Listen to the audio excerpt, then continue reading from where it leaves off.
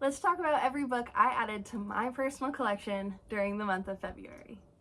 I like to start with the books that I purchased out of pocket, and I bought these two books from a local indie bookstore called Firelight Books and Candle.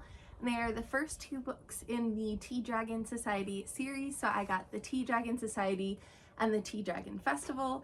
These are really sweet, cozy graphic novels. I read the first one before, but I'm just now reading the second one. And the first one has just an absolutely incredible quote on the back. It says, "I love it, it's beautiful and kind, and now I want a tea dragon or maybe a little fire brick creature of my very own."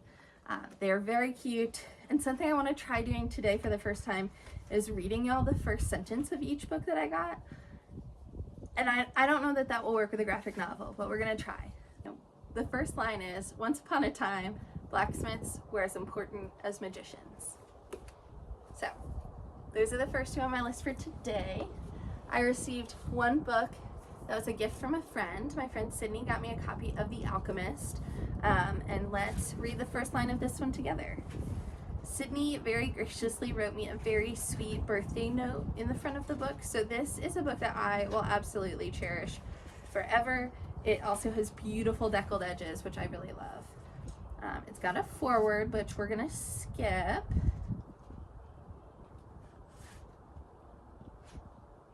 All right, here's the first line of the prologue.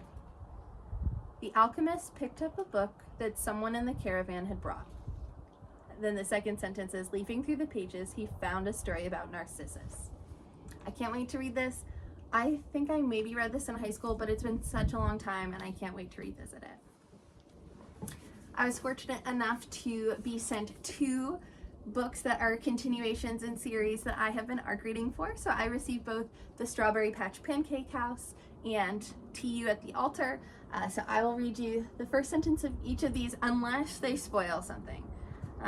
Also, if you are thinking about pre-ordering To You at the Altar, check out that art on the first page. It's so stunning.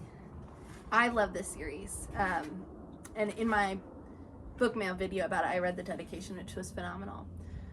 The prologue starts with, "There was a scuffle." Actually, that's all I'm going to read because I don't want to spoil anything. But like many of the other books in this series, it has the dragons on the top of the chapters. The first print will have this braid edge. And if you love this series, you're going to love this book. I can guarantee it. The Strawberry Patch Pancake House, like other books in this series, does have a playlist to listen to while you read it, and it will make your reading experience even better. And this book starts with this sentence: "Archer Bear had just become a father in the most unimaginable way possible." So if you're not into like a single dad trope, still try this because I'm usually not, and I absolutely ate it up. I gave both of those books 5 stars. One book on my list this month came from a little free library in the building that I work in. I am going to read this and then I intend to return it for other people to read, but this is called The Good Immigrant, 26 Writers Reflect on America. I don't know what kind of a first line we're gonna get, but we'll check it out.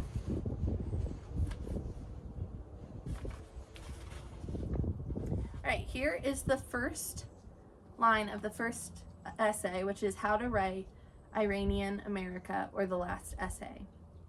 "Begin by writing about anything else."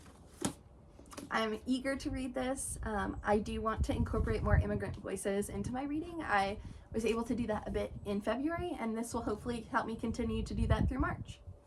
In February, I was reached out to by Aardvark Book Club, and I asked if they could send me a book box with 3 selections, which I was absolutely thrilled about.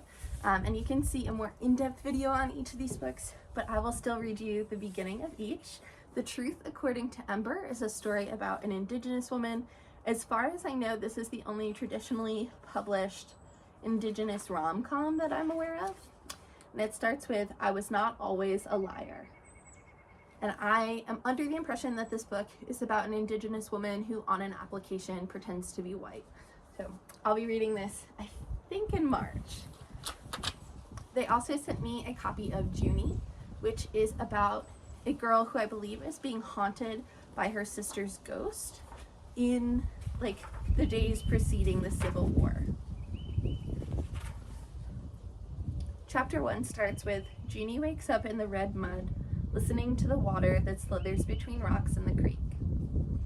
I can't wait to read this. It has only gotten phenomenal reviews that I've heard of so far, and it's got blurbs from Charmaine Wilkerson, Diane Marie Brown, Aaron Swan, like all really phenomenal writers. So I can't wait to check this out. And the third book from Aardvark was Masquerade, which is a historical fiction with like folklore integration that I read over the summer on a Hot Girl audiobook walk, which I really enjoyed. And it starts with, each day countless fleets of camel caravans sailed across the desert sea to reach Timbuktu. If you are looking for like a really epic historical fiction with a badass woman in charge, this is a great place to go for your reading. The remaining 6 books came from publishers, so I'll tell you a little bit about each. Say a Little Prayer is set at a religious summer camp where a woman is determining that love is patient, love is kind, love is gay. I can't wait to read this. I will be reading this outdoors exclusively because I feel like that's the only right way to read a summer camp book. So I'm hoping during my spring break next week I'll be able to tackle this. The first chapter is called Everything That Happens Next is because of Shrek the Musical. Let your freak flag raise, let your freak flag fly. The first sentence is, I've been sent to Principal Ryder's office exactly twice in my life. Once last year when he personally handed me a trophy for winning the state geography bowl, and again today for slapping Amanda Clark across the face. I want you to know it is taking everything in me to not just go bask in the sun and read this entire book right now. I can't wait. I already know that I'm going to love this. Also in the YA genre, I received Till Death, which is a vampire romance, and it says a body, nope. It says a boy, a vampire, an eternity of possibilities. I think this is a gay vampire romance, which, you know, what more could you ask for? And it starts, in my nightmares, my locker is a fortress guarded by a lock with an impossible combination.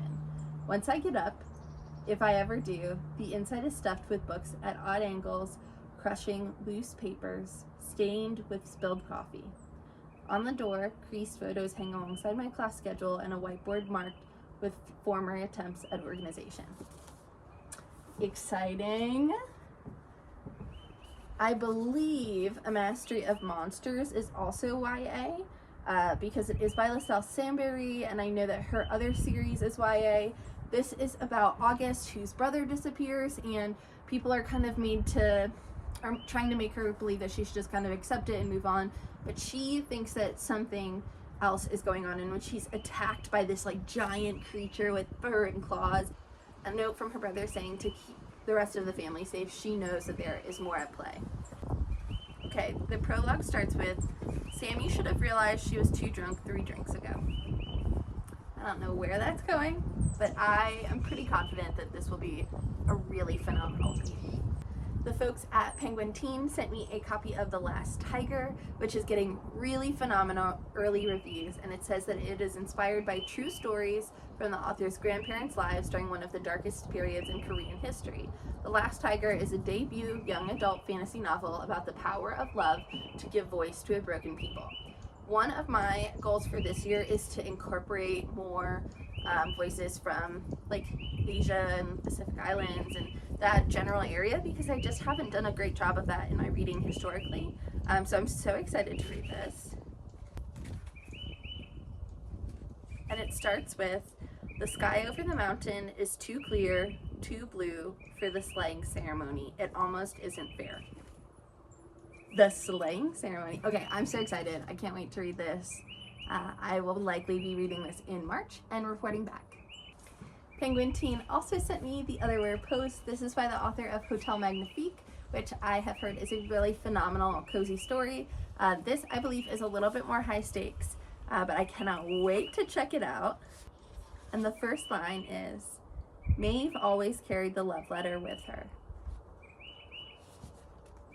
This looks so good. I can't wait to read this. It also is just gonna look stunning on my shelf, so if you're looking for really beautiful books that also seem to be really great, keep an eye out for my review on The Otherwhere Post. And the last of my acquisitions for February is The Blanket Cats. This is a story about a shelter that sends cats home with people to help them change their life, but they have to bring like a unique or interesting blanket. This is a translated work, and the folks at Putnam sent it to me. And the first sentence in the chapter called The Cat Who Sneezed is 2 nights, 3 days. That's how long you could keep them. I can't wait to read this. I think it is going to be very sweet. And then once I'm done with it, I'm going to pass it to my friend Teresa, who loves to read cat books. And I think she's going to love this one. That is everything I collected in the month of February. Maybe March will be a little bit slower. Who knows? And if you want to know more about any of these books, go ahead and ask questions in the comments, and I'm more than happy to answer.